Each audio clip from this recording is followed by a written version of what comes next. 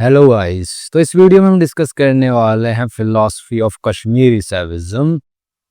तो उससे पहले हम देख लेते हैं इस वीडियो में मैं क्या क्या कंटेंट कवर करने वाला हूँ। पहले हम बात करेंगे लिटरेचर क्या क्या है कश्मीरी सर्विज्म की, जिसमें हम मेनली आगम शास्त्र, जिसमें शिव सूत्र भी आते हैं। फिर देखेंगे स्पंद शास्त्र क्या है, प्रत्यभिज्ञ शास्त्र क्या है, इनको डिटेल में डिस्कस करेंगे।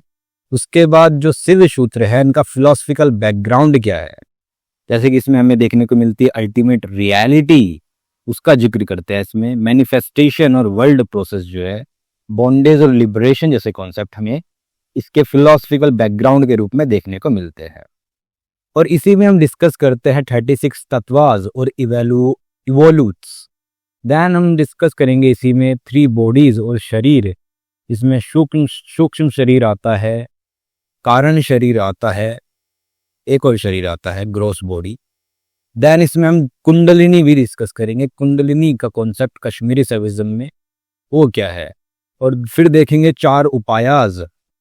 तो मेनली इसमें 3 ही उपाय है। पहला जो उपाय है अनुपाया, इसका इतना कुछ खास इसमें डिस्कशन नहीं है, पर वो भी देखेंगे क्या है। तो चारों उपाय डिस्कस करेंगे, लेकिन सबसे पहले देख लेते हैं हम जो लिटरेचर है कश्मीरी सर्विज्म का वो क्या है। तो इसके लिटरेचर को हम 3 कैटेगरी में डिवाइड कर सकते हैं। पहला आगम शास्त्र, दूसरा स्पंद शास्त्र और तीसरा प्रत्यभिज्ञ शास्त्र। आगम क्या है, ये इसको समझने के लिए हम पहले देख लेते हैं आगम क्या है। तो आगम का मतलब है, इसमें दोनों ही आ जाते हैं, सेव सिस्टम ऑफ फिलॉसफी और योग। आगम मीन्स जो ट्रेडिशनल डॉक्ट्रीन है, जो फेथ पर आधारित है। और ये जो नॉन ड्यूलिस्टिक सेल्फ सिस्टम है कश्मीर का, इसको त्रिक शासन बोलते हैं, त्रिक शास्त्र। तो ये जो नॉन ड्यूलिस्टिक सेल्फ सिस्टम है, इसके मेन सोर्स के रूप में आगम को देखा जाता है। इसे त्रिक शास्त्र ही क्यों कहते हैं? त्रिक शास्त्र इसलिए कहते हैं क्योंकि इसमें ट्रायड फिलोसफी में देखने को मिलता है। अब ट्रायड यानी कि 3 कंपोनेंट है इसके। इसमें जो है इसको 2 तरीके से देख सकते हैं। पहला ट्रायड हुआ शिव, शक्ति और नर का। नर यानी जो बाउंड सोल होती है, सेंटिएंट बीइंग होता है, उसे कहते हैं। दूसरा जो ट्रायड है वो हो सकता है परा, परापरा और अपार। पार यानी कि द हाईएस्ट, परापार यानी आइडेंटिटी इन डिफरेंस, यानी यूनिटी इन डाइवर्सिटी, हम इसको बोल सकते हैं। अपार यानी कि जो डिफरेंसेस हमें देखने को मिलते हैं बिटवीन डिफरेंट इंडिविजुअल्स। तो ये 3 जो है ट्रायड में आ सकते हैं। तो अब डिस्कस करते हैं आगम शास्त्र क्या है।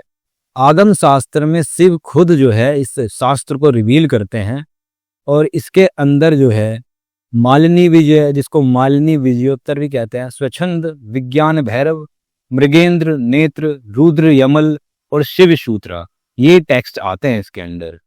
ये मोस्टली जो है ये सब के सब डुअलिस्टिक डॉक्ट्रिन है, डुअलिस्टिक नेचर ही इनमें डिस्कस होती है मेनली।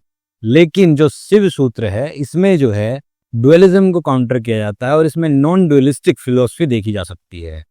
इसको जो है जनरली हम कहते हैं शिवोपनिषद संग्रह, जो कि रिवील किया गया था शिव के द्वारा वाशुगुप्त को।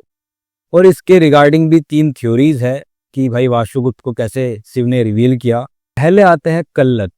कल्लत जो है ये वाशुगुप्त के ही एक शिष्य होते हैं, और ये किंग अवंती वर्मन जो कि कश्मीर के राजा थे 9th सेंचुरी एडी में, तो उनके टाइम पर ये फ्लरिश करते हैं। और ये अपनी स्पंद वृत्ति में कहते हैं कि जो वाशुगुप्त है उनको जो है शिव ने रिवील किया था ये जो शास्त्र है, सूत्र है, शिव सूत्र, अपने ड्रीम में, उनके ड्रीम में। वाशुगुप्त जो कि महादेव माउंटेन पर रहते थे, जो कि हरवान स्ट्रीम की वैली में है, और जो कि शालीमार गार्डन के पीछे नियर श्रीनगर, वहां पर ये रहते थे वाशुगुप्त। तो उनके सपने में जो है शिव आए थे, और शिव ने ये शिव सूत्र जो है उनको रिवील किए थे। अब सेमराज क्या कहते हैं, सेमराज जो कि अभिनव गुप्त के शिष्य हैं, वो अपनी विमर्शनी जो कि एक कमेंट्री है शिव सूत्र पे 10th सेंचुरी एडी में कहते हैं कि शिव जो है वाशुगुप्त को उनके सपने में दिखे थे, और उन्होंने कहा था कि महादेव माउंटेन पर जो सीक्रेट डॉक्ट्रिन्स है वो एक पत्थर के पीस पर जो है वो लिखी हुई है, तो वहां पर जाकर उसको देखो वाशुगुप्त। तो ये सेमराज का मानना है। भास्कर अपनी वर्तिका में 11th सेंचुरी एडी में कहते हैं कि वाशुगुप्त को जो है ये शिवसूत्र रिवील हुए थे उनके सपने में एक सिद्धा द्वारा। सिद्ध है, यानी कि एक परफेक्ट सेमी डिवाइन बीइंग। तो इन तीनों ही एविडेंसेस से हम कह सकते हैं कि कहीं ना कहीं शिव ने खुद वाशुगुप्त को ये शिव सूत्र रिवील किए। और इन शिव सूत्र के ऊपर 4 कमेंट्री हमें देखने को मिलती है। पहली है वृत्ति, और इसके ऑथर कौन है वे हमें पता नहीं है।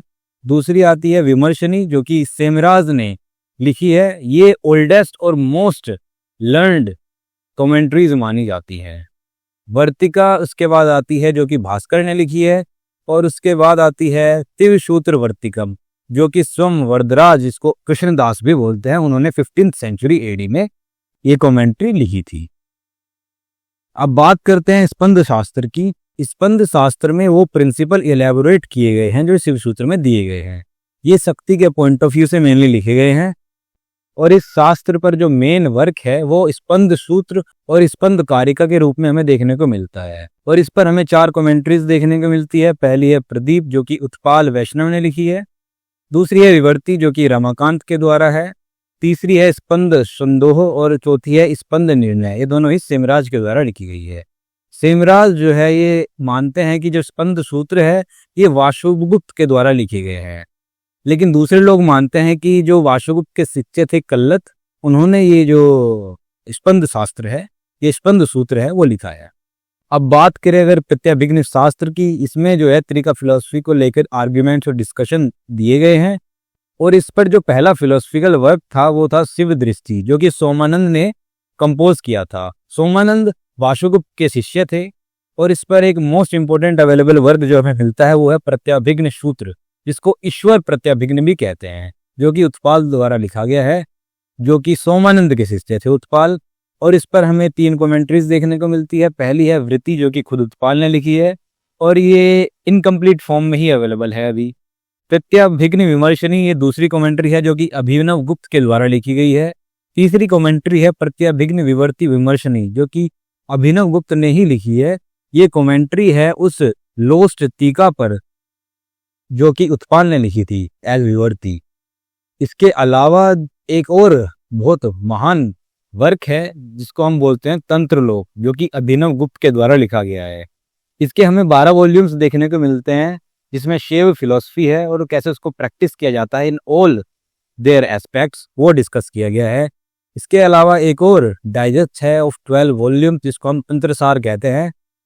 और एक है जयरथ ने कमेंट्री करी है विवेक तंत्रलोक पर। इसके बाद अगर हम फिलोसफिकल बैकग्राउंड की बात करें शिव सूत्र के, तो शिव सूत्र जो है ये योग पर ट्रीटीज है। ये योग एक डेफिनिट सिस्टम ऑफ फिलोसफी पर बेस्ड है। और इस योग को समझना इतना आसान नहीं है जब तक हम इसकी फिलोसफी को ग्रैस्प नहीं कर लेते। तो इसके फिलोसफिकल बैकग्राउंड को जानने के लिए हमें 4 चीजें जाननी जरूरी होंगी। पहली है अल्टीमेट रियलिटी, दूसरी है मैनिफेस्टेशन, तीसरी बॉन्डेज और चौथा लिबरेशन। तो एक एक करके इनको समझते हैं। अल्टीमेट रियलिटी का मतलब है चित्त और परासंवित। ये नॉन रिलेशनल कॉन्शियसनेस है। अल्टीमेट रियलिटी जो है ये चेंजलेस प्रिंसिपल है ऑफ ऑल चेंजेस। और इसमें हमें सब्जेक्ट और ऑब्जेक्ट के बीच में कोई डिस्टिंक्शन नहीं दिखता है। आई और दिस के बीच में कोई डिस्टिंक्शन नहीं है, यानी अहम और इदम के बीच में कोई डिस्टिंक्शन नहीं है। ये सुप्रीम सेल्फ है जो कि खुद को सर्वे करता है। और ये ऑल इंक्लूसिव यूनिवर्सल कॉन्शियसनेस है, जिसको हम अनुत्तर भी कहते हैं, जो कि हाईएस्ट रियलिटी है, एब्सोल्यूट है। ये ट्रांसेंडेंटल भी है और इमानेंट भी है, यानी विश्वोत्तीर्ण भी है और विश्वमय भी है। प्रत्यभिज्ञ शास्त्र के शब्दों में इसको हम प्रकाश विमर्श में कह सकते हैं। प्रकाश यानी कि शिव, यानी आई यानी अहम, विमर्श यानी this aspect which is the symbol of शक्ति। तो विमर्श के हमें काफी सारे नाम देखने को मिलते हैं। पहला है पराशक्ति, दूसरा है स्वतंत्र, ऐश्वर्य, कार्तव्य, स्फुरता, शारा, हृदय, स्पंद। ये सारे नाम विमर्श यानी शक्ति के हैं। अब बात करें अगर मैनिफेस्टेशन की, तो ये स्वभाव है, नेचर है अल्टीमेट रियलिटी की, किसे मैनिफेस्ट होना है। क्रिएटिविटी उसका जो है इसेंस है डिविनिटी का। और विमर्श में हमें वो सब कंटेंट देखने को मिलता है जो कि मैनिफेस्ट होना है। विमर्श contains all that is to be, जो होना है, जो मैनिफेस्ट होना है। The universe is simply an opening out यानी उन्मेष, और एक्सपेंशन यानी प्रसार ऑफ द सुप्रीम यानी परम शिव एज शक्ति। तो यूनिवर्स क्या है, एक उन्मेष है, ओपनिंग आउट है, और एक्सपेंशन है ऑफ द सुप्रीम एज शक्ति। परम शिव के हमें बहुत सारे इनफाइनाइट पावर्स देखने को मिलते हैं, लेकिन अगर मेन पावर्स की बात करें तो इसमें 5 मेन पावर्स हमें देखने को मिलते हैं परम शिव के। पहला है चित्त, जिसको हम पावर ऑफ सेल्फ रिवोल्यूशन भी कह सकते हैं। दूसरा है आनंद यानी एब्सोल्यूट ब्लिस। तीसरा है इच्छा यानी कि सदाशिव। चौथा है ज्ञान, जिसको ईश्वर से सिंबलाइज करते हैं। जो पांचवा है क्रिया यानी power of assuming any and every form, इसको शुद्ध विद्या से रिजेंबल करते हैं। जो चित्त और आनंद है यही परम शिव की स्वरूप है या फिर नेचर है परम शिव की। इसके बाद हम बात करेंगे 36 तत्वास की और इवोल्यूट्स की। पहले 5 को बोलते हैं तत्वास ऑफ यूनिवर्सल एक्सपीरियंस। तो पहला तत्व है शिव यानी इनिशियल क्रिएटिव मूवमेंट जो है, प्रथम स्पंद जो है परम शिव की, इसको शिव बोलते हैं। और ये चित्त एस्पेक्ट है, जैसे कि हमने पीछे डिस्कस किया। शक्ति क्या है? ये क्रिएटिव इंटेंट है शिव का, एनर्जी ऑफ शिव है। और ये आनंद एस्पेक्ट है शक्ति। यहाँ पर कॉन्शियसनेस पोलराइज होती है इनटू अहम एंड इदम, इनटू आई एंड दिस। तीसरा जो तत्व है वो है सदाशिव, इसको सदाख्या भी बोलते हैं। यहाँ पर जो विल है यानी इच्छा है, ये अफर्म करती है the this side of universal experience. इस स्टेज का जो एक्सपीरियंस है वो है आई एम दिस, लेकिन यहाँ पर फिर भी आई प्रिडोमिनेंट रहता है। जो पहली मैनिफेस्टेशन है, आभास जो है, वो यहीं पर होता है। कॉन्शियसनेस इस एस्पेक्ट में परसेप्टिबल होती है खुद को। चौथा जो तत्व है वो है ईश्वर। इदम जो है यहाँ पर और डिफाइन हो जाता है, दिस यानी और डिफाइन हो जाता है। उन्मेष जो है, डिस्टिंक्ट ब्लॉसमिंग है जो यूनिवर्स की, वो यहाँ पर देखने को मिलती है। ज्ञान और नॉलेज यहाँ पर हमें प्रीडोमिनेंटली देखने को मिलता है, प्रीडोमिनेंट होती है नॉलेज यहाँ पर। और इस स्टेज का जो एक्सपीरियंस है वो है दिस एम आई, यानी यहाँ पर दिस पर अब फोकस आ गया है। पांचवा जो तत्व है वो है शुद्ध विद्या। शुद्ध विद्या में हमें डाइवर्सिटी इन यूनिटी देखने को मिलती है। इदम यानी दिस को हम क्लियरली डिस्टिंग्विश कर सकते हैं आई से, लेकिन फिर भी ये पार्ट हमें फील होता है कि आई का पार्ट है, सेल्फ का ही पार्ट है। इस स्टेज तक सारे जो एक्सपीरियंस है वो आइडियल होते हैं, परफेक्ट और प्योर होते हैं, इसलिए इसको शुद्ध विद्या बोलते हैं। और ये मैनिफेस्टेशन है in which the real nature of the divine is not yet veiled, यानी कि अभी भी यहाँ पर जो डिवाइन की रियल नेचर है वो छुपी नहीं है। अब बात करते हैं लिमिटेड इंडिविजुअल एक्सपीरियंस के जो तत्वास है 6 से लेकर 11 तक। यहाँ पर माया और उसके 5 कंचुकास का रोल देखने के लिए मिलता है। इसको हम इम्प्योर ऑर्डर बोलते हैं, जहाँ पर हमें higher ideal nature of divine ये छुप जाती है, जिससे जो एक्सपीरियंस है वो लिमिटेड हो जाता है। और यहाँ पर चीजें जो है एक दूसरे के लिए एक्सक्लूड हो जाती है, एक दूसरे से डिफरेंस हमें देखने को मिलता है। माया जो है एक आवरण, एक व्हील जो है सेल्फ पर लगा देती है, जिससे वो खुद की नेचर जो है सेल्फ भूल जाता है। इसलिए माया जो है एक सेंस ऑफ डिफरेंस क्रिएट करती है, जनरेट करती है। जो 5 कवरिंग्स है माया की, वो ही 7वां, 8वां, 9वां, 10वां और 11वां तत्व जो है कहलाती हैं। 5 कवरिंग्स है, कला, विद्या, राग, काल और नियति। कला क्या करती है? ये यूनिवर्सल ऑथरशिप को रिड्यूस कर देती है और लिमिटेशन ले आती है इन रेस्पेक्ट ऑफ ऑथरशिप और एफिकेसी। विद्या क्या है? ओमनीसेंस को रिड्यूस कर देती है ऑफ यूनिवर्सल कॉन्शियसनेस और लिमिटेशन लेके आती है नॉलेज में। राग क्या है? ये सारे सेटिस्फेक्शन को रिड्यूस कर देता है और यहाँ पर पर्टिकुलर थिंग्स के लिए डिजायर देखने को मिलती है। काल में क्या है? जो इटर्निटी है यूनिवर्सल कॉन्शियसनेस की, वो कम हो जाती है और लिमिटेशन देखने को मिलती है विद रेस्पेक्ट टू टाइम। यहाँ पर हमें पास्ट, प्रेजेंट और फ्यूचर में डिवीजन देखने के लिए मिलता है। 5वीं कवरिंग है नियति। नियति फ्रीडम और परवेजिवनेस को रिड्यूस कर देती है ऑफ द यूनिवर्सल कॉन्शियसनेस और लिमिटेशन लेके आती है with respect to cause, space and form. 12वां और 13वां जो तत्व है वो है पुरुष और प्रकृति। पुरुष यानी कि सेंटिएंट बीइंग, ये अनु होता है in the sense of limitation of the divine perfection. यहाँ पर हमें लिमिटेशन देखने को मिलती है, इसलिए इसको अनु बोलते हैं। शिवा थ्रू माया शक्ति limits his universal knowledge and power and it becomes पुरुष और इंडिविजुअल सब्जेक्ट। जो सेल्फ है उसकी यूनिवर्सल नॉलेज और पावर लिमिट कर दी जाती है शिवा द्वारा। अब बात करते हैं प्रकृति की। प्रकृति ऑब्जेक्टिव मैनिफेस्टेशन है शिव की, जबकि पुरुष जो था वो सब्जेक्टिव मैनिफेस्टेशन था शिव का। जैसे सांख्य में बिलीव किया जाता है कि प्रकृति जो है एक है और यूनिवर्सल है फॉर ऑल द पुरुषार्थ। क्रिका सिस्टम में बिलीव किया जाता है कि हर एक पुरुष के लिए एक डिफरेंट प्रकृति होती है उसकी। एक तरफ जहां सांख्य में हमें डुअलिज्म देखने के लिए मिलता है प्रकृति और पुरुष में, दूसरी तरफ प्रत्यभिज्ञ सिस्टम में हमें परफेक्ट नॉन डुअलिज्म देखने के लिए मिलता है। यहाँ पर जो प्रकृति है वो शांत शक्ति है ऑफ शिव, और जो ये तीन गुण है सत्व, रजस और तमस, ये खाली पोलराइजेशन है उसकी शक्ति के ही, इन द फॉर्म ऑफ ज्ञान, इच्छा और क्रिया। पुरुष जो है वो भोक्ता होता है और प्रकृति जो है वो भोग्या होती है। इसके बाद प्रकृति अपने आप को डिफरेंशिएट करती है अंतःकरण, इंद्रिया और भूता यानी मैटर में। अंतःकरण यानी साइकिक एपरेटस में आपके तीन तत्व आते हैं, 14, 15, 16 जो तत्व है, बुद्धि, अहंकार और मनस, ये अंतःकरण में हमें देखने के लिए मिलते हैं। बुद्धि यानी असर्टेनिंग इंटेलिजेंस जो होती है, और यहाँ पर दो तरीके से ऑब्जेक्ट्स रिफ्लेक्ट होते हैं बुद्धि में। पहला एक्सटर्नल, जैसे कि एक जार हमने परसीव किया थ्रू आवर आई, तो ये एक्सटर्नल रिफ्लेक्शन है। दूसरा है इंटरनल, जो हमने वो पिक्चर देखी है उसके कुछ इंप्रेशन रह गए हैं माइंड पर, उसके कारण जो इमेज क्रिएट हुई अंदर, उसको बोलते हैं इंटरनल। तो दो तरीके से ऑब्जेक्ट रिफ्लेक्ट होता है बुद्धि में। अब इसके बाद बात करते हैं अहंकार की, तो ये बुद्धि का ही प्रोडक्ट होता है, आई मेकिंग प्रिंसिपल है, सेल्फ अप्रोप्रिएशन की पावर यहाँ पर देखने के लिए मिलती है।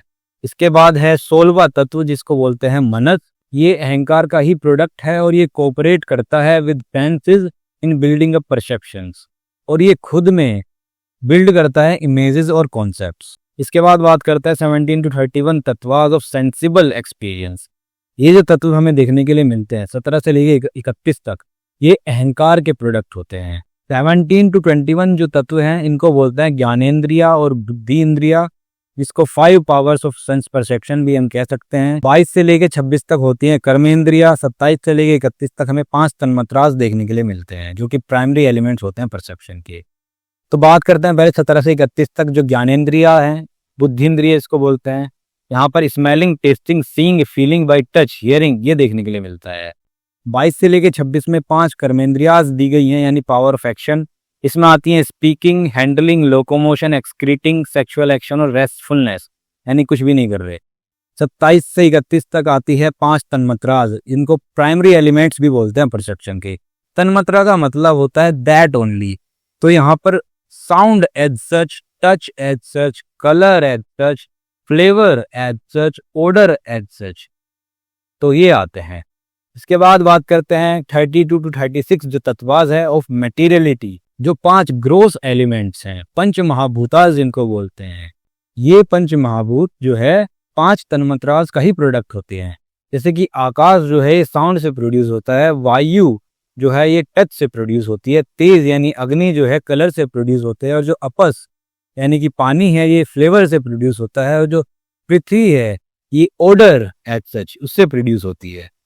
तो ये 5 पंच महाभूतास थे, आकाश, वायु, तेज, अपस और पृथ्वी। अब बात करते हैं 3 शरीर यानी बॉडी की। तो पहला होता है स्थूल शरीर, इसको ग्रोस बॉडी भी बोलते हैं। जब पंच महाभूत जो है हाईली ऑर्गेनाइज हो जाते हैं इंडिविजुअल सेल्फ में, तो प्राण शक्ति यहाँ पर उसको सस्टेन और मेंटेन करती है स्थूल शरीर को। दूसरा होता है सूक्ष्म शरीर यानी सबल और एस्ट्रल बॉडी, जो कि अंतःकरण जिसमें बुद्धि, अहंकार और मन आते हैं, प्लस 5 तन्मात्रास एक ग्रुप फॉर्म करते हैं 8 भुंजनों का, जिसमें पुर्यास्तक इसको बोलते हैं। और त्रिका के अनुसार ये जो पुर्यास्तक बना 8 को मिलाकर अंतःकरण के 3 और 5 तन्मात्रास, इसी को सूक्ष्म शरीर बोलते हैं। कारण शरीर यानी कोजल बॉडी क्या है, ये सीट ऑफ ब्लिस है, द बॉडी ऑफ सोल यानी सोल की बॉडी। ये जो लेटेंट इंप्रेशन है, संस्कार है और कर्मा है, एक लाइफ से दूसरी लाइफ में ले जाना, ये कारण शरीर का ही काम होता है। अब बात करते हैं कुंडलिनी की। कुंडलिनी क्या है? ये डिवाइन क्रिएटिव एनर्जी है, विसर्ग शक्ति है of Shiva's I consciousness. It is coiled in 3.5 folds, यानी 3.5 फोल्ड में कोइल होती है। पहला फोल्ड जो है रिप्रेजेंट करता है ऑब्जेक्टिव एस्पेक्ट यानी प्रमेय को of the supreme I consciousness. दूसरा जो फोल्ड है वो रिप्रेजेंट करता है नॉलेज यानी प्रमाण को। तीसरा जो फोल्ड है वो रिप्रेजेंट करता है सब्जेक्टिव एस्पेक्ट यानी प्रमाथ को। जो रिमेनिंग हाफ फोल्ड है वो रिप्रेजेंट करता है प्रमा एस्पेक्ट को, जिसमें दोनों ही आ जाते हैं, सब्जेक्टिव और ऑब्जेक्टिव एस्पेक्ट जो है। और ये जो है इनडिस्टिंग्विशेबल यूनिटी में होता है, यानी वो यूनिटी जिसको हम डिस्टिंग्विश नहीं कर सकते, अलग नहीं कर सकते। When the Parashakti highest creative shakti of Shiva lies dormant, यानी कि वो फंक्शन में नहीं है, अभी डोरमेंट है, like a sleeping serpent at the base of the spine. वो स्लीपिंग सरपेंट की तरह स्पाइन के बेस में डोरमेंट जब होती है शक्ति, उसको बोलते हैं शक्ति कुंडलिनी। और जब ये एक्सटर्नली ओरिएंट होती है, मैनिफेस्ट करती है अपने आप को लाइफ में, इसको बोलते हैं प्राण कुंडलिनी। इस स्टेज पर कॉन्शियसनेस जो है ट्रांसफर हो जाती है इनटू प्राण और लाइफ। और ये जो प्राण कुंडलिनी है ये हर एक जीव में पाई जाती है। इन द रिवर्स मूवमेंट जब कुंडलिनी जो है अज्यूम कर लेती है अपनी ओरिजिनल फॉर्म ऑफ कॉन्शियसनेस, तब इसको बोलते हैं परा कुंडलिनी। ये डिलाइटफुल यूनिटी कॉन्शियसनेस है of I and the world, of self and not self. In the unmanifest state kundalini is बीज, यानी जब वो मैनिफेस्ट नहीं हुई है कुंडलिनी तब बीज है, सीड है ऑफ ऑल मैनिफेस्टेशन। और मैनिफेस्ट स्टेज में जीव है यानी लाइफ है सभी जीवों की। अब देख लेते हैं बॉन्डेज क्या है।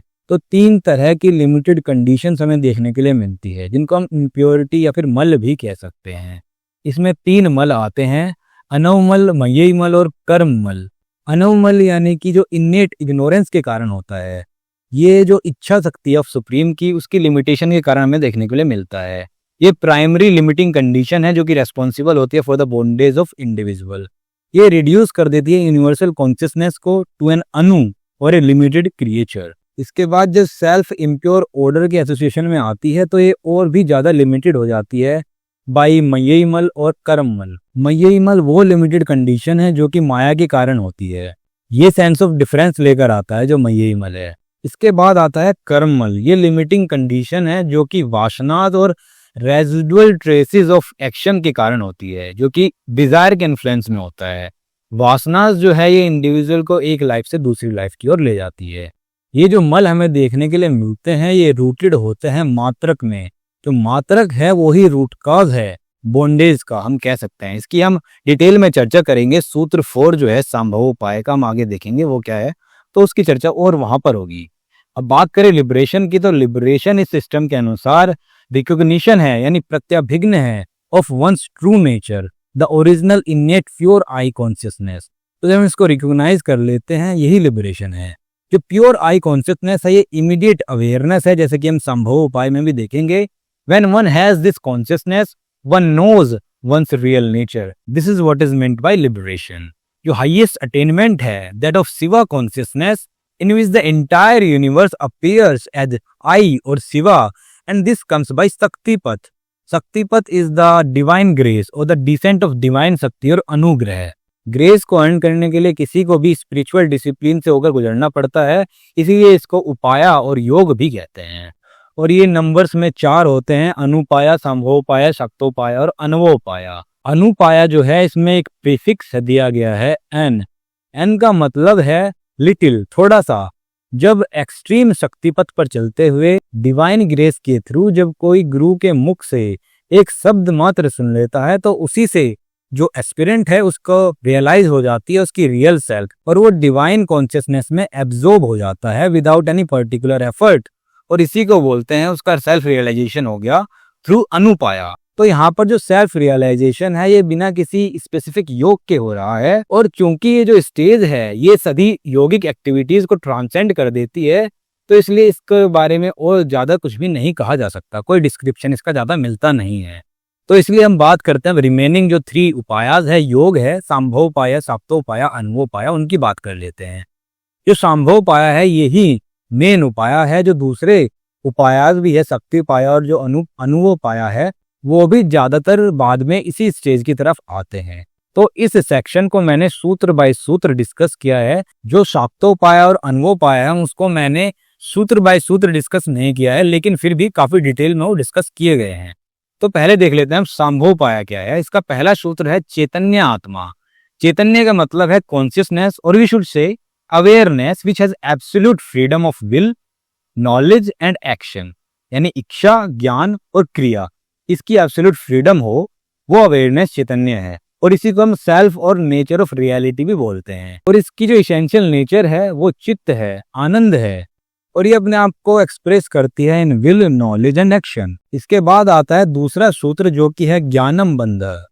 यहाँ पर जो अज्ञान है, इग्नोरेंस है of one's real nature which is a kind of shrunken और limited knowledge is the cause of bondage. तो इग्नोरेंस जो है वो बॉन्डेज का कारण है। अज्ञान और प्राइमल इग्नोरेंस जो है ये दो फॉर्म्स में देखी जा सकती है। पहला है आत्मानी अनात्माभिमान, यानी considering the real self as not self, self को नॉट सेल्फ मानना। दूसरी है अनात्मानी आत्माभिमान, यानी कि नॉट सेल्फ को सेल्फ मान लेना। तो अज्ञान जो है इस सिस्टम में, इसका मतलब कंप्लीट एब्सेंस ऑफ नॉलेज नहीं है, पर संकुचित ज्ञान है, यानी इम्परफेक्ट नॉलेज, लिमिटेड नॉलेज और incomplete knowledge, not knowledge in its whole sense. तीसरा जो सूत्र है वो है योनि वर्गा कला शरीरम। योनि यानी माया और वर्ग यानी जो तत्व की हमें क्लास देखने के लिए मिलती है, जो कि माया के कारण होती है, यही आगे चलकर सोर्स ऑफ वर्ल्ड बनता है। कला शरीरम यानी कर्ममल। तो मयमल और कर्ममल जो है ये भी बॉन्डेज के काज हैं, कारण हैं, ये यहाँ पर ये कहा गया है। तो मयमल और कर्ममल जो है ये भी बॉन्डेज के कारण हैं, ये यहाँ पर कहा गया है इस सूत्र में। दो तरह के हमें शिव देखने के लिए मिलते हैं। पहले वो जो मल को एज्यूम कर लेते हैं, और दूसरे होते हैं अनादि शिव जो कभी भी मल को एज्यूम नहीं करते हैं। और ये जो अनादि शिव है ये किसी भी दूसरे शिव से बेटर है हर एक एस्पेक्ट में। अब बात करते हैं फोर्थ सूत्र की, जो कि है ज्ञान धिष्ठाना मात्रका। मात्रका यानी मदर और पावर ऑफ साउंड, जो कि कोरस्पॉन्ड होती है to the letters of the alphabet. It produces the entire universe, यानी साउंड की पावर से ही, जो लेटर्स है उनकी पावर से ही पूरे यूनिवर्स का निर्माण हुआ है, वो प्रोड्यूस हुई है पूरी यूनिवर्स। ये है मात्रका, ये है पावर ऑफ मदर। तो इसी मदर की, मात्रका की हम बात कर रहे थे पीछे बॉन्डेज वाले सेक्शन में। तो मदर को या फिर पावर ऑफ साउंड को ना जानना, यही लिमिटेड नॉलेज का आधार होता है, क्योंकि हर एक क्लास ऑफ लेटर्स में, हर एक साउंड में एक डीटी निवास करती है। जैसे कि आप इस स्लाइड में देख भी सकते हैं, मैंने जयदेव सिंह की जो बुक है शिव सूत्र के ऊपर, वहां से इमेज ली है। तो जैसे कि ए वर्ग है, यहाँ पर जो क्लास होती है वोवेल्स की, उसमें जो डीटी निवास करती है वो होती है योगेश्वरी और महालक्ष्मी। का वर्ग में आपको ब्राह्मी डीटी देखने के लिए मिलती है। इसी प्रकार टा वर्ग में आपको वैष्णवी देवी देखने के लिए मिलेगी। या वर्ग में आपको औंद्रे या फिर इंद्राणी देवी देखने के लिए मिलेगी। शा वर्ग में आपको चामुंडा देखने के लिए मिलेगी। तो आप पढ़ सकते हैं बाकी और भी। इसके बाद आता है पांचवा सूत्र, जो कि है उद्यमो भैरवा। उद्यम यानी कि raising up, elevation of consciousness. Bhairav यानी शिवा। तो एक सडन फ्लैश होती है, एक रेजिंग अप होता है, ओपनिंग आउट, जिससे जो ट्रांसेंडेंटल कॉन्शियसनेस है वो ओपन अप हो जाती है, खुल जाती है, रेज अप हो जाती है, और इसी को भैरव बोलते हैं। यहाँ पर जो भा शब्द है ये भरण यानी मेंटेनेंस को इंडिकेट करता है। जो रा शब्द है वो रावण यानी विथड्रॉल को इंडिकेट करता है। जो वा शब्द है वो वामन यानी प्रोजेक्शन को इंडिकेट करता है वर्ल्ड की। इसलिए जो भैरव है इसमें सृष्टि, स्थिति और संहार सभी आ जाते हैं यूनिवर्स को लेकर। और इस तरीके से हम कह सकते हैं ये सूत्र है, ये नटशेल में पूरा संभव पाए जो है संभव योग है वो समझा देता है। जो छठा सूत्र है वो है शक्ति चक्र सती धाने विश्व संहारा। By union with the collective whole of shaktis through intensive and fixed awareness there is the disappearance of the universe as something separate from consciousness. और इसके पैरेलल में हमें वू वी, जिसका मतलब होता है नॉन इंटरफेरेंस, जो कि हमें ताओइज्म में देखने के लिए मिलता है। एक है लेट गो, जो कि हमें जैन बुद्धिज्म में देखने के लिए मिलता है। एक है चॉइसलेस अवेयरनेस, जिसके लिए कृष्णमूर्ति, जिडू कृष्णमूर्ति काफी फेमस है इसके लिए। चॉइसलेस अवेयरनेस में हमें ना तो कुछ एक्सेप्ट करना होता, ना ही रिजेक्ट करना होता। तो इस तरह की जो अवेयरनेस है ये एक तरीके से जो कश्मीरी सर्विज्म में इंटेंसिव और फिक्स्ड अवेयरनेस है, स्पॉन्टेनियस इमीडिएट अवेयरनेस है, उससे हम ये पैरेलल ले सकते हैं। अब बात करें सूत्र 7 की, जो कि है जागृत स्वप्न सुषुप्त भेदे तुरिया भोग संभवा। तो यहाँ पर 4 जो स्टेजेस हमें देखने के लिए मिलती है, वेकिंग, ड्रीमिंग, स्लीपिंग और तुरिया। तो इनका जिक्र है यहाँ पर। ये सूत्र कहता है even during 3 different states of consciousness in waking, dreaming and profound sleep the rapturous experience of I consciousness of the 4th state abides. तो जो चौथी स्टेट का जो आई कॉन्शियसनेस का एक्सपीरियंस है वो इन 3 स्टेट में भी रहता है।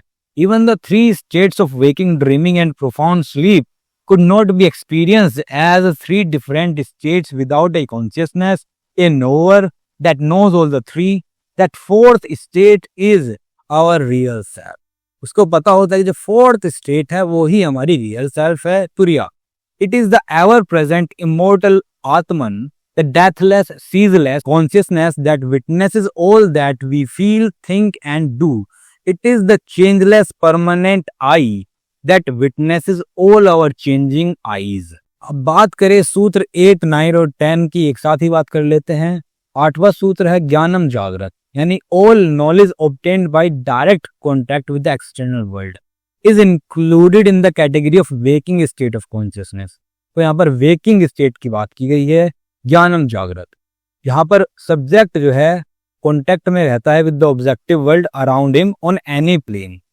9वां जो सूत्र है वो स्वप्न स्टेट के बारे में है, स्वप्नो विकल्पा। All knowledge obtained by independent activity of the mind when the subject is not in direct contact with the external world is included in the category of swapna और ड्रीमिंग स्टेट ऑफ कॉन्शियसनेस। जो 10वां सूत्र है वो है सुषुप्ति state के बारे में। ए विवेको माया सुषुप्तम, lack of awareness on any plane is the profound sleep of delusion, यानी डीप स्लीप। तो यहाँ पर हमें अवेयरनेस की कमी देखने के लिए मिलती है और डिल्यूजन यहाँ पर होता है। अब बात करें 11वें सूत्र की, जो कि है तृतीय भोक्ता विरेशा, that he who retains the experience of the fourth state यानी तुरिया और transcendental consciousness even in the other 3 states of deep sleep, dream and waking is alone the real भोक्ता और enjoyer and is the perfect master of his senses. तो जो fourth state यानी transcendental awareness में रहते हुए इन जो बाकी 3 स्टेट हैं इनको एंजॉय करता है, वो ही रियल भोक्ता होता है, इंजॉयर होता है और परफेक्ट मास्टर होता है ऑफ इट्स सेंसेस। अब बात करते हैं 12वें सूत्र की, जो कि है विस्मयो योगा भूमिका। इसमें बात की गई है स्टेशन और स्टेजेस की ऑफ योग, जो कि एक फैसिनेटिंग वंडर तैयार करते हैं। स्टेशन और स्टेजेस कहने से यहाँ पर मतलब है मूलाधार और साइकिक जो सेंटर्स है। ये जो हमें डिफरेंट चक्र देखने के लिए मिलते हैं, जैसे कि मूलाधार, मणिपुरा, स्वादिष्ठान, आज्ञा चक्र, विशुद्ध चक्र, तो ये जो है स्टेशंस का काम करते हैं योगी की कॉन्शियसनेस के लिए। जो एक योगी यहाँ इन सेंटर्स में एक्सपीरियंस करता है वो एक्सपीरियंस इंफीरियर होता है to the experience of the full blown I consciousness of Shiva. तो जो एक्सपीरियंस आपको शिवा की आई कॉन्शियसनेस में होता है उसके कंपैरिजन में जो एक्सपीरियंस हमें इन सेंटर्स में होता है वो इंफीरियर होता है। योगी जो अपनी इसेंशियल सेल्फ को रियलाइज कर लेता है वो जो है डेवलप कर सकता है वंडरफुल सुपर नॉर्मल पावर्स को।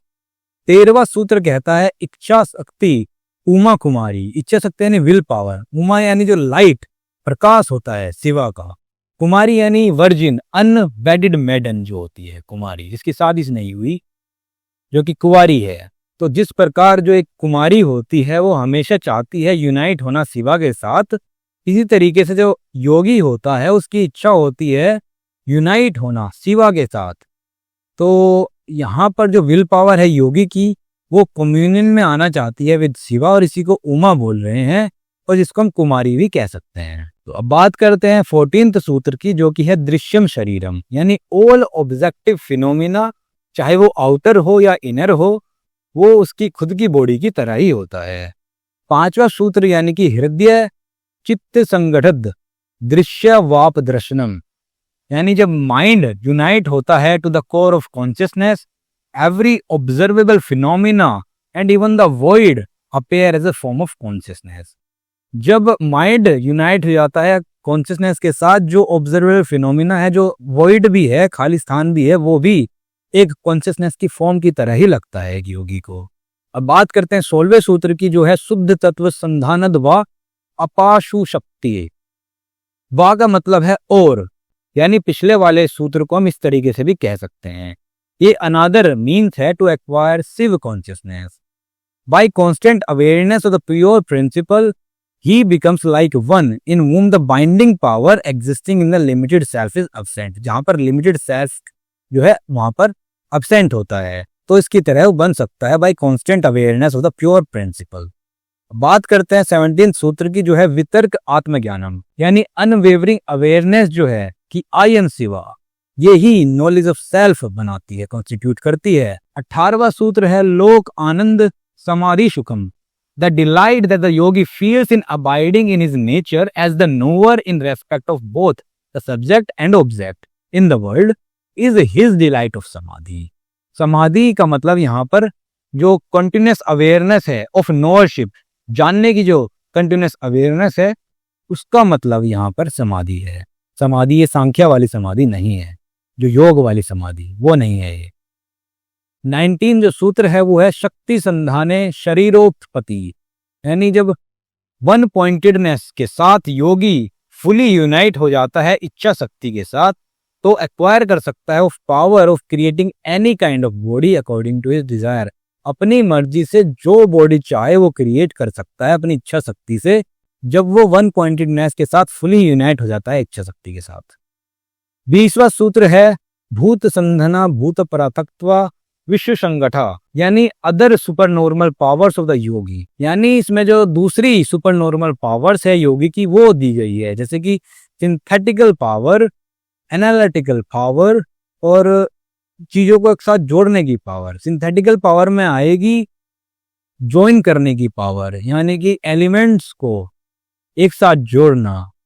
एनालिटिकल पावर में आएगी एलिमेंट्स को सेपरेट कर देना। और तीसरी पावर है सभी चीजों को एक साथ ले आना, स्पेस और टाइम को रिमूव करके। अब बात करें अगर सूत्र 21 की, तो वो है शुद्ध विद्योदया चक्रे सत्व सिद्धि, यानी full acquisition of mastery over the collective whole of the Shaktis through appearance of शुद्ध विद्या। और ये जो शुद्ध विद्या है is not the शुद्ध विद्या तत्व जो कि हमने देखा था माया तत्व के ऊपर। शुद्ध विद्या in this context means the supreme consciousness in which everything appears as a self. It is the Unman Avastha. When yogi unites his consciousness with Shakti through intensive awareness with a desire to gain universal consciousness, then through the appearance of Shuddha Vidya, he succeeds in acquiring the supreme power of Shiva in the form of complete mastery over his universal collective whole of Shakti. तो ये आपका था 21वां सूत्र। अब बात करते हैं 22वें सूत्र की, जो है महाहृदय अनुसंधान मंत्र वीर्यानुभवा, यानी by uniting with the great lake and the infinite reservoir of divine power, yogi can have the experience of the supreme I consciousness, which is the generative source or virya of all the mantras. तो ये था आपका 22वां सूत्र। तो हम concluding remarks में कह सकते हैं कि जो संभव उपाय है ये किसी भी पर्टिकुलर एफर्ट या फिर डिसिप्लिन की वकालत नहीं करता है फॉर सेल्फ रियलाइजेशन। यहाँ पर ना तो हम कुछ एक्सेप्ट करते हैं ना ही रिजेक्ट करते हैं। ये सिंपल अवेयरनेस होती है जो कि किसी भी तरीके के आइडिएशन से, विकल्प यानी थॉट से फ्री होती है। और ये sudden spontaneous flash of experience होती है ऑफ आवर इसेंशियल सेल्फ, और इसी को हम संभव समावेश बोलते हैं। ये डायरेक्ट इमीडिएट रियलाइजेशन है। संभव उपाय और योग is in one sense the simplest, or in another sense the most difficult one. It is simplest because no particular effort or discipline is needed for it. It is most difficult because vikalpa making is the habit, the very life of chit or mind. In attempting to be vikalpa free, the mind begins to make all kinds of vikalp. To try to become vikalp or thought free is like trying to jump out of your own skin. तो विकल्प free होना ये इतनी आसान चीज नहीं है। जब हम विकल्प फ्री होना चाहते हैं तो और भी ज्यादा विकल्प यानी थॉट्स आ जाते हैं। एक तरफ तो ये बहुत आसान लगता है, हमें सिंपल लगता है कि जब हम कहते हैं कोई डिसिप्लिन नहीं चाहिए, कोई एफर्ट नहीं चाहिए, स्पॉन्टेनियस रियलाइजेशन हो जाता है कॉन्शियसनेस का। लेकिन दूसरी तरफ जब हम बात करते हैं कि यहाँ पर विकल्प फ्री होना पड़ता है, कोई थॉट नहीं होना चाहिए, तो बहुत ये हार्ड बात है, इतना आसान नहीं है। आणव उपाय और शाक्तोपाय ये खाली इंटरमीडिएट मीन्स होते हैं टू संभव योग और संभव उपाय। आणव और शाक्त उपाय जो है ये पारंपरिक है, that is leading to realisation through successive stages. आणव उपाय लीड करेगा शाक्तोपाय में और शाक्तोपाय लीड करेगा संभव उपाय में। जो अल्टीमेट गोल है वो संभव समावेश ही है, ए स्पॉन्टेनियस फ्लैश ऑफ अंडरस्टैंडिंग। तो अगर हम संभव योग को दूसरे स्कूल से कंपेयर करें, जैसे कि ज्ञान योग हमें वेदांत में देखने के लिए मिलता है, ये कोरस्पॉन्ड करता है शाक्तोपाय से। पातंजल योग जो है कोरस्पॉन्ड करता है आणव उपाय के किसी पार्ट से। संभव योग यानी संभव उपाय ये इन सिस्टम्स के लिए अननोन है। तो संभव उपाय जो कि कश्मीर सर्विस में हमें देखने के लिए मिलता है, ये इस सिस्टम के लिए यूनिक है, ऐसा हमें किसी सिस्टम में देखने के लिए नहीं मिलता है। अनुपाया जो कि हमने पहले डिस्कस किया था, वो एक तरीके से वास्तविकता में संभव योग ही है इन द हाईएस्ट मैच्योरिटी। जो अल्टीमेट एम है वो सैवागम, ये सिंपली मुक्ति नहीं है, सेल्फ रियलाइजेशन नहीं है, बल्कि शिवात्व योजना है, यानी शिव का जो स्टेटस है उसको एक्वायर करना है। In the words of Sevagam, the ultimate ideal is not merely आत्मव्याप्ति बट शिव व्याप्ति। आत्मव्याप्ति में क्या है, सेल्फ रियलाइजेशन होता है, लेकिन जो सेल्फ रियलाइजेशन का कॉन्सेप्ट है सेवागम में, वो भी डिफरेंट है वेदांत से। वेदांत में सेल्फ को ज्ञान कंसीडर किया जाता है केवल, जिसमें कोई एक्टिविटी नहीं होती है। लेकिन जो सेवागम है इसमें सेल्फ में ज्ञान के साथ साथ क्रिया भी देखने के लिए मिलती है, एक्टिविटी भी होती है। आत्मव्याप्ति जो होती है सेवागम में, ये लोअर ऑर्डर है। जो हाईएस्ट आइडियल है वो शिव व्याप्ति है, यानी शिव का स्टेटस को एक्वायर करना है।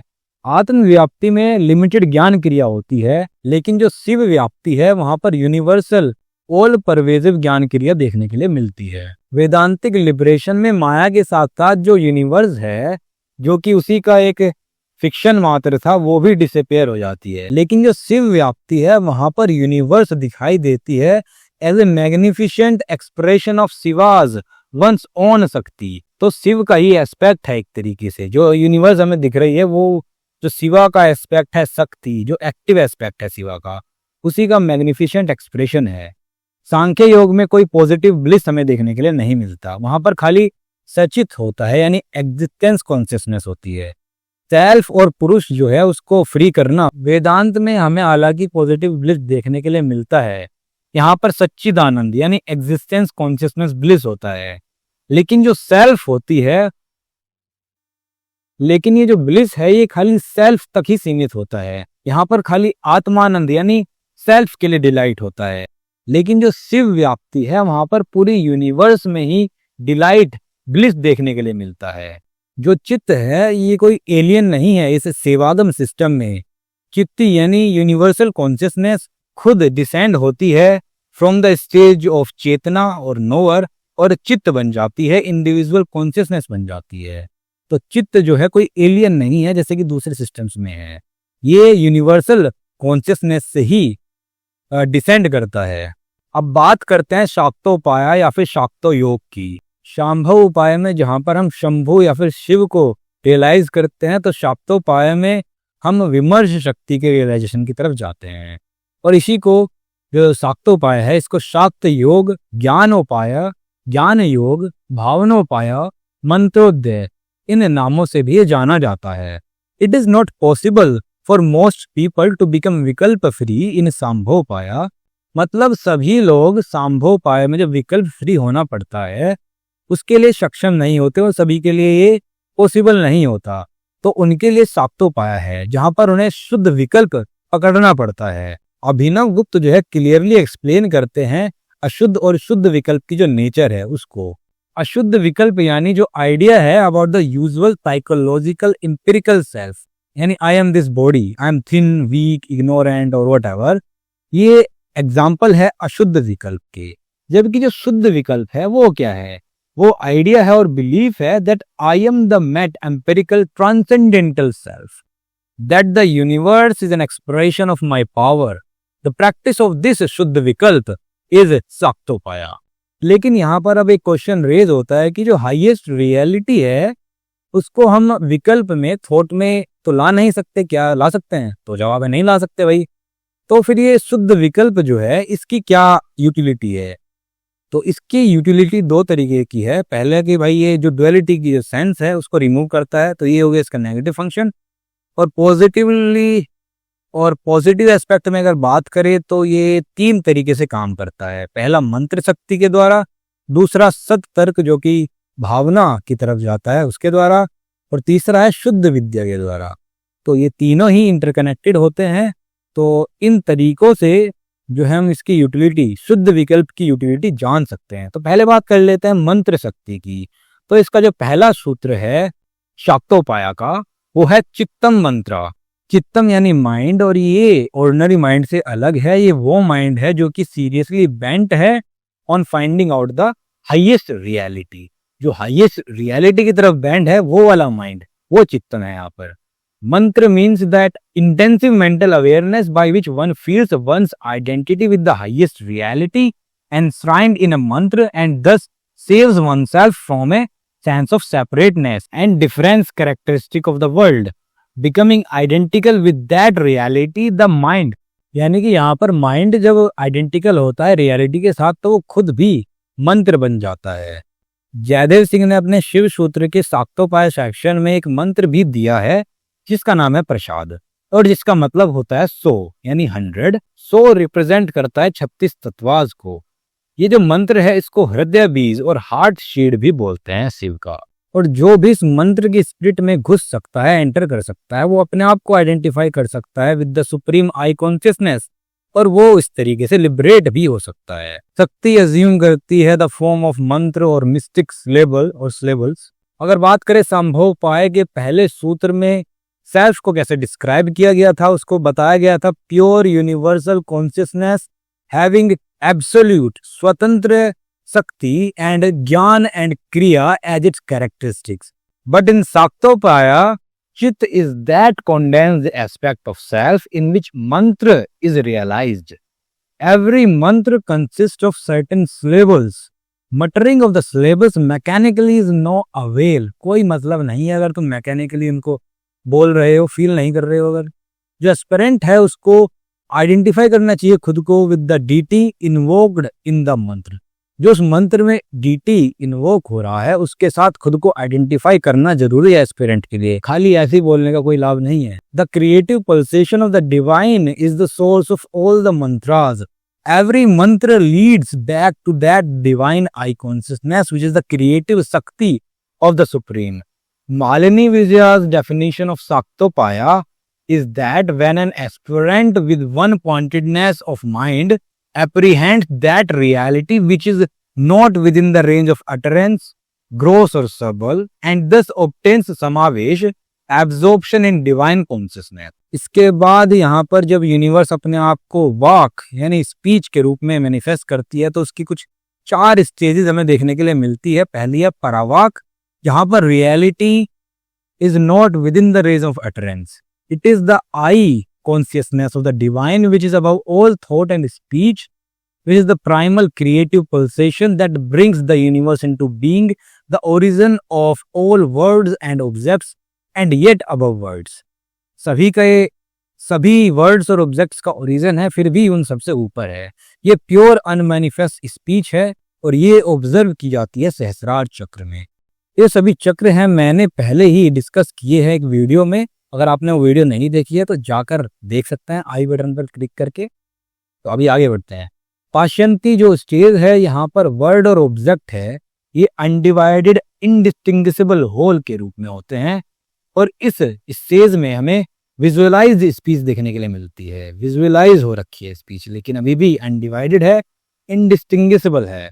ये हमें अनाहत चक्र जो है वहां पर ऑब्जर्व की जा सकती है। अब बात करते हैं माध्यमा स्टेज की। हालांकि यहाँ पर जो डिवीजन है बिटवीन वर्ड एंड ऑब्जेक्ट ये स्टार्ट हो जाता है इस स्टेज पर। हालांकि वो प्रोनाउंस नहीं होते हैं, अभी भी इम्प्लिसिट होते हैं। वो जो डिवीजन है वो खाली थॉट के लेवल पर ही होती है। मेंटल स्पीच इसलिए इसको बोलते हैं। ये आज्ञा चक्र में हमें देखने के लिए मिलती है। व्याखरी वाक या फिर स्पीच की अगर बात करें तो इस स्टेज में हमें ग्रोस स्पीच देखने के लिए मिलती है। विखार का मतलब ही है body. The word and the object are completely divide here. So vaikhari is the stage when the bodily organs are employed in utterance. Verbal और आर्टिकुलेटेड स्पीच यहाँ पर हमें देखने के लिए मिलती है, जो कि विशुद्ध चक्र जो कि सेंटर ऑफ द हार्ट में हमें देखने के लिए मिलता है। तो उसमें ये स्पीच वैखरी ये ऑब्जर्व की जा सकती है। शाक्तोपाय का जो 7वां सूत्र है वो कहता है कि जो डिसाइपल है वो अनलाइटन हो सकता है फ्रॉम द गुरु रिगार्डिंग मात्र का। मात्र का मतलब collective whole of letters and also the I consciousness which is the fons et origo of all letters, यानी collective whole of all letters and thus of the entire universe of subjects and objects. The word for I in Sanskrit is aham. A and ha between themselves include all the letters of the Sanskrit language. तो जो आई word है, अहम है, उसके अंदर ही सारे Sanskrit language के words letters आ जाएंगे, आ से लेके हा तक। आ रिप्रेजेंट करता है प्रकाश को और शिवा को, हा रिप्रेजेंट करता है विमर्श यानी शक्ति को। ये बिंदु आते हैं अहम में, वो रिप्रेजेंट करते हैं उस चीज को कि जो शिवा है, हालांकि वो मैनिफेस्ट होता है अर्थ से लेकर शक्ति तक, लेकिन वो फिर भी डिवाइड नहीं होता, वो इंटीग्रली सेम रहता है। मात्रका जब अननोन होती है, अनरियलाइज होती है, तो ये सभी तरीके के वर्ल्ड एक्सपीरियंस जो है यहाँ पर देखने के लिए मिलते हैं। लेकिन जब ये रियलाइज हो जाती है तो इसी से हमें लिबरेशन भी मिल सकता है, अचीव हो सकता है। अब बात करते हैं शुद्ध विकल्प की यूटिलिटी में। जो दूसरा मेथड था वो था शत तर्क, जो कि हेल्प करता है एस्पिरेंट की इन ऑनवर्ड मार्च, आगे बढ़ने के लिए। The aspirant learns from a great गुरु और फ्रॉम द आगम। शत तर्क जो है रिफ्लेक्शन है that reinforces continuity of ideas similar to the shuddha vikalpa. ये लीड करता है टू भावना, जिसको हम क्रिएटिव कंटेम्पलेशन बोलते हैं। ये जो भावना है ये वो कंटेम्पलेशन है by which A thing which though real and existent appeared as non existent, वो एग्जिस्टेंट है फिर भी नॉन एग्जिस्टेंट दिख रही है और अनरियल दिख रही है, previously owing to obscurity reappears as manifest reality by sheer clarity. Constructive imagination plays an important role in भावना। यहाँ पर इमेजिनेशन का खेल है। It is sort of auto suggestion which sinks into the unconscious and fishes out surprising reality from its mysterious depth.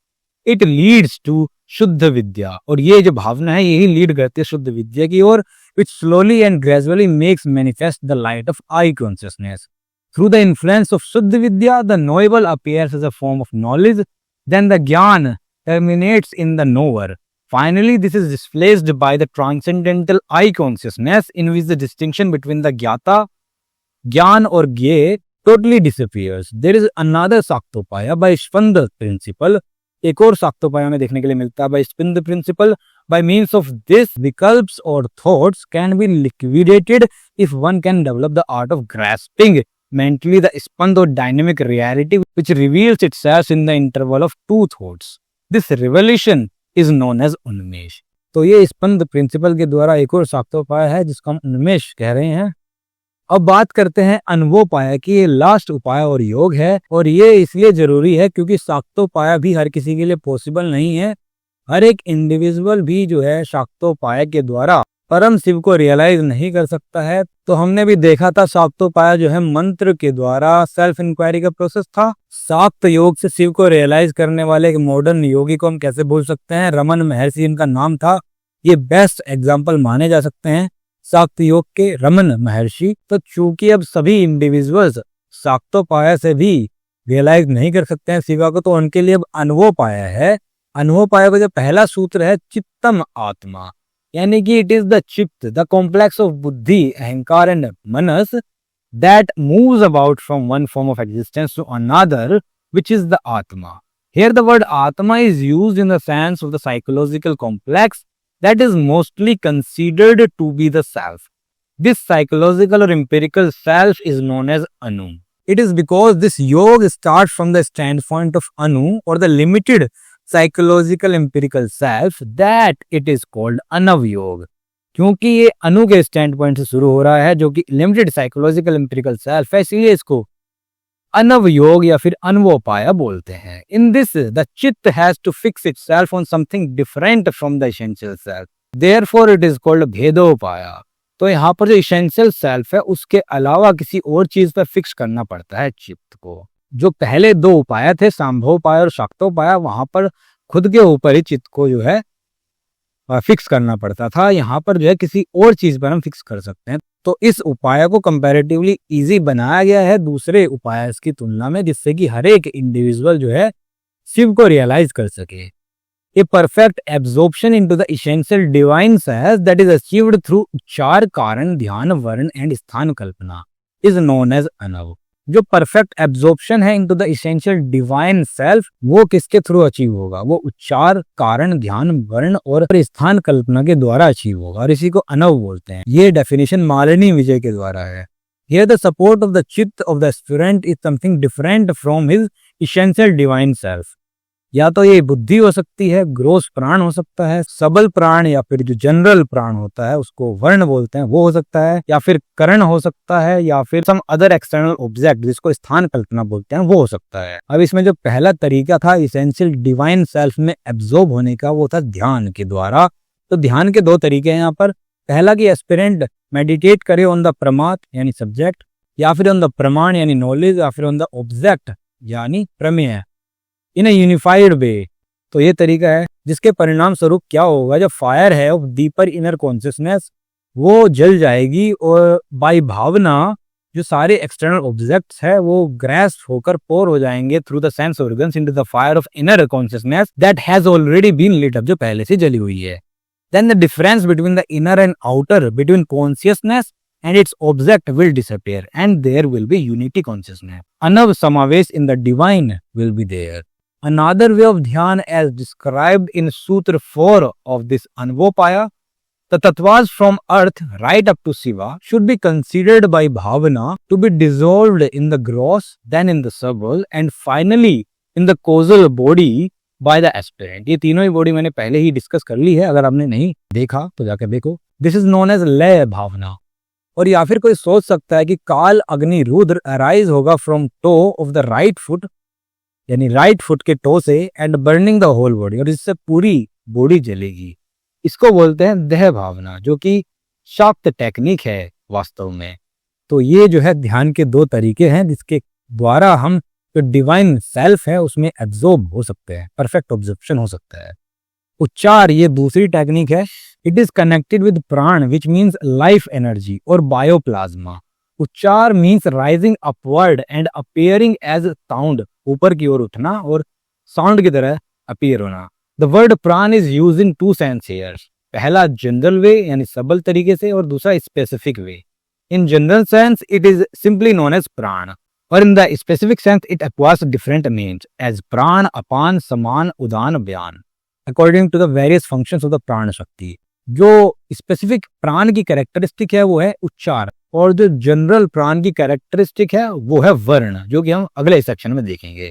Technique of uchchara is concerned with prana dharana और fixing the attention the various aspects of the prana in the specific sense. Various kinds of ananda और delight are experienced by fixing the attention on various प्राण और on various specific प्राण्स। तो पहला है निज आनंद। जब mind rash करता है सब्जेक्ट ऑफ एक्सपीरियंस पे तो निज आनंद हमें देखने के लिए मिलता है। इसके बाद आता है निर आनंद। वो कब महसूस होता है? जब माइंड कंटेम्पलेट करता है over the absence of all objects of experience, तब निरानंद होता है। पर आनंद कब एक्सपीरियंस होता है? जब कंटेम्पलेशन हो माइंड का ऑन प्राण एंड अपान जॉइंटली, यानी एक्सहेलेशन एंड इनहेलेशन दोनों पर। ब्रह्मानंद कब एक्सपीरियंस होगा? जब माइंड रेस्ट करेगा on samana which unifies the various objects of experience. महाआनंद कब एक्सपीरियंस होगा? जब माइंड रेस्ट होगा ऑन उदान, जो कि एक स्पेसिफिक प्राण है, after dissolving all knowledge and objects of knowledge in the self. चिद आनंद, जो कि छठा आनंद है, ये तब एक्सपीरियंस होगा जब माइंड रेस्ट करेगा ऑन ज्ञान, और ये भी एक प्रकार का स्पेसिफिक प्राण है। After the experience of these 6 kinds of Anand, when the aspirant realizes his Pran Shakti in its fullness, he has the experience of 7th Jagadanand, in which there is no division or limitation. तो 7 तरीके के आनंद हो गए इस तरीके से। This entire practice is briefly known as उच्चार योग और प्राण योग, entirely different from pranayama of योग system. So प्राणायाम से different है ये, आपने देखा कैसे different है। तीसरा तरीका आता है इसमें वर्ण। तो जो वर्ण है ये जनरल और सबल प्राण की कैरेक्टरिस्टिक है। From the uchchara of this general prana there vibrates an imperceptible inarticulate sound which is known as varna. Abhinava गुप्त कहते हैं देयर इज वन वर्ण in the form of nada which is called the anahata nada, the unstruck natural uncaused sound, the anahata nada, in which lie all the varnas और letters latently in an undivided form. तो undivided form में वो सारे letters जो है इस अनाहत नाद के अंदर ही होते हैं। अनुसंधान और इंटेंसिव अवेयरनेस ऑफ दिस अनाहत नाद इज कॉल्ड वर्ण योग और ध्वनि योग। तो इसी को ही वर्ण योग बोलते हैं, जो इंटेंसिव अवेयरनेस है ऑफ अनाहत नाद। शंकराचार्य इसी को नाद अनुसंधान बोलते हैं, और कुछ मेडिवल नॉर्थ इंडिया के सेंट्स जैसे कि कबीर और दूसरे लोग इसको श्रुति शब्द योग बोलते हैं। राधा स्वामी सेक्ट भी इसको श्रुति शब्द योग बोलते हैं, जो वर्ण योग है। पर अब क्वेश्चन उठता है कि हम कैसे इस नादात्मक वर्ण को जानें। तो हम ये जान सकते हैं थ्रू सृष्टि बीज और संहार बीज। तो इसकी दो फॉर्म हमें देखने के लिए मिलती है, सृष्टि बीज और संहार बीज। सृष्टि बीज यानी कि सा, तो सा डिनोट करता है एक्सपायरेशन को, और संहार बीज यानी हा डिनोट करता है इंस्पिरेशन या फिर इनहेलेशन को। The breath is exhaled with the sound sa and inhaled with the sound ha. सांस ले रहे हैं तो हा, सांस छोड़ रहे हैं तो सा। तो इससे जो है एक मंत्र बन जाता है हम सा, और इसी को अजाप गायत्री भी बोलते हैं। दिन रात में हमें ये मंत्र 21,600 बार लेना होता है, और ये नेचुरली हो जाता है जब हम सांस को अंदर बाहर करते हैं, तो हमें इसमें इतना कोई एफर्ट नहीं लगाना पड़ता। तो बाई अनुसंधान और मेंटल ऑब्जर्वेशन और awareness of this automatic process, प्राण or exhalation and apan or inhalation become equilibrated, and then the dormant kundalini that lies in 3.5 folds at the base of the spine rises upwards. At that time, a number of pleasant sounds is heard. But the aspirant should not dwell on these sounds. He should neglect these and dwell on the paranad, which is the anahat nad in the strictest sense of the word. By dwelling on this nad, the chitta gets dissolved, and then one can have the experience of Vishuddha Chaitanya, the highest aspect of consciousness. The awakened Kundalini then pierces the Brahma Granthi, then it pierces the Mooladhara Chakra, then rising further pierces the Swadhisthana and Manipur Chakra, then it pierces the Vishnu Granthi and the Anahat and Vishuddha Chakras. Now it pierces the Rudra Granthi and then Agya Chakra, and finally enters into the Sahasrara. The aspirant can now experience the ambrosia raining down from the Sahasrara. There are 9 stages of subtle forms of Nad. Up to 8th stage, only the Atma Vyapti or the realization of essential is there. But at 9th stage, that is Unman, Shiv Vyapti can be observed, where Maya ceases completely. माया वहां पर रहती ही नहीं है, खत्म हो जाती है पूरी तरीके से। चौथा अब इसमें एस्पेक्ट है, मेथड है करण। ये एक ऐसी टेक्निक है जिसमें हम बॉडी और देह को यूटिलाइज करते हैं। ब्रोस, सबल, कोजल, तीनों ही प्रकार की बॉडी और शरीर को हम इसमें यूटिलाइज करते हैं। इसके अलावा जो डिफरेंट बॉडी पार्ट्स की मुद्राएं हैं, उनको भी पर्टिकुलर वेज में हम यूटिलाइज करते हैं। इसमें हमें 7 वैरायटीज देखने के लिए मिलती है। ग्रह, ग्रह का, चित्त और संविति, निवेश और सन्निवेश, व्याप्ति, त्याग और आक्षेप। जो फर्स्ट प्रैक्टिस है ये है कि एसिमुलेट करना है ग्रह को और एक्सटर्नल ऑब्जेक्ट्स को ऑफ परसेप्शन इनटू ग्रह का और द सेंस ऑर्गन्स। तो ग्रह यानी एक्सटर्नल ऑब्जेक्ट्स और ग्रह का यानी sense organs. Then we assimilate them into chitta और samvitti. Being completely established in samvitti, this is known as sannivesha. तो जो पहली 4 वैरायटीज है ये प्योरली अनवोपाय में आती है, लेकिन जो अगली 2 वैरायटीज है व्याप्ति और त्याग, ये हमें शाक्तोपाय में देखने के लिए मिलती है। और जो लास्ट वाली 7वीं जो वैरायटी है आक्षेप, ये जो है सांभव योग की स्टेज होती है। तो 5वीं स्टेज में एस्पिरेंट परवेड कर देता है every object with universal consciousness. इसी को हम व्याप्ति बोलते हैं कि व्याप्ति अचीव हो गई है। व्याप्ति अचीव होती है भावना के द्वारा।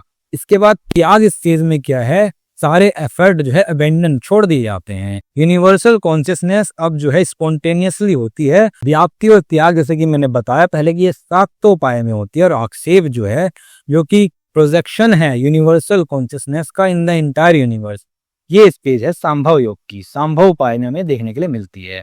अब बात करते हैं स्थान कल्पना की। तो स्थान कल्पना ये एक और मेथड है। और those who can not fix there चित्त इवन ऑन बुद्धि, जो बुद्धि पर भी अपना चित्त नहीं लगा सकते, इनर प्राण पर भी या फिर नाद पर अपना चित्त जो है फिक्स नहीं कर सकते, तो उनके लिए अनवोपाय में ये मेथड है जिसमें फिक्स करना पड़ता है माइंड को ऑन एक्सटर्नल्स। तो इसी को स्थान कल्पना बोलते हैं। देयर आर 3 स्थान और places on which mind can be fixed, which is pranavayu, body and something outside the body. यहाँ पर जो प्राणवायु है वो उस सेंस में नहीं है जो कि हमने देखी थी उच्चार के कनेक्शन में। उच्चार में जहां पर फिक्स करना पड़ता था माइंड को प्राण, अपान, समान, उदान और व्यान, जो कि इंटरनल एस्पेक्ट से प्राण शक्ति के। स्थान कल्पना में one has to fix the mind on prana in the sense of exhalation and inhalation through the nose. From the centre of the body prana exhalation covers the distance of the 12 fingers in the outer space, and again from that point upon inhalation covers the same distance at the center. By the practice of fixing the mind on these points, the vehicles of the mind begin to dissolve, and finally one has Anav समावेश और absorption in the essential self through the Anav technique. यानी कि जो exhalation से लेकर inhalation तक जो centre है अंदर, वहां से लेकर जो टिप है नोज की, उसके बीच में 12 उंगलियों का फासला है. तो इन 2 पॉइंट पर, इनहेलेशन और एक्सहेलेशन के 2 पॉइंट है, यहाँ पर अगर हम फिक्स करते हैं माइंड को, तो विकल्प जो है माइंड को डिसोल्व होना शुरू हो जाता है और अनव समावेश की स्थिति फाइनली अचीव हो जाती है और एब्जॉर्प्शन हो जाता है in the essential self through anava technique. By body in this context is meant the gross body. यहाँ पर बॉडी कहने का मतलब ग्रोस बॉडी है, फिजिकल बॉडी है. The things external to the body include idol, picture etcetera. जो मूर्तियां है, पिक्चर है किसी भगवान की रीति की, वो सब इसमें आ जाती है, उन पर ध्यान फिक्स करना होता है. Those who are unable to fix the mind even on prana may fix it on these external things. So that's it. हमने जो है अनवोपाया भी कंप्लीट कर लिया, शाक्तोपाया, संभोपाया, अनुपाया, चारों जो उपाय है हो गए हैं कंप्लीट. तो अगर मैं बात करूं मैंने रेफरेंसेस कहाँ से लिए थे इस वीडियो को बनाने के लिए, तो मैंने जो जयदेव सिंह का शिव सूत्र है, उनकी बुक है, वहां से रेफरेंस लिया है. The Shiva Sutra in my understanding by वी सुशन फरभूषण, ये बुक है, इससे मैंने रेफरेंस लिया. और कश्मीरी सर्विस में historical overview by Yunus Rashid, इससे भी थोड़ा बहुत मैंने देखा है. तो ये थी आपकी video on the philosophy of Kashmiri Shaivism. उम्मीद है आपको समझ आई होगी और आपको कुछ हेल्प हुई होगी इस वीडियो से. अगर हेल्प हुई है तो भाई वीडियो को लाइक कर दें, क्योंकि भाई मेरे को भी बहुत टाइम लगा इस वीडियो को बनाने में, और अभी तो एडिट भी करूंगा तो भाई बहुत मेहनत होती है. तो आप एक लाइक कर सकते हैं और कमेंट भी कर सकते हैं अगली वीडियो आपको किस टॉपिक पर चाहिए. Thank you, bye bye.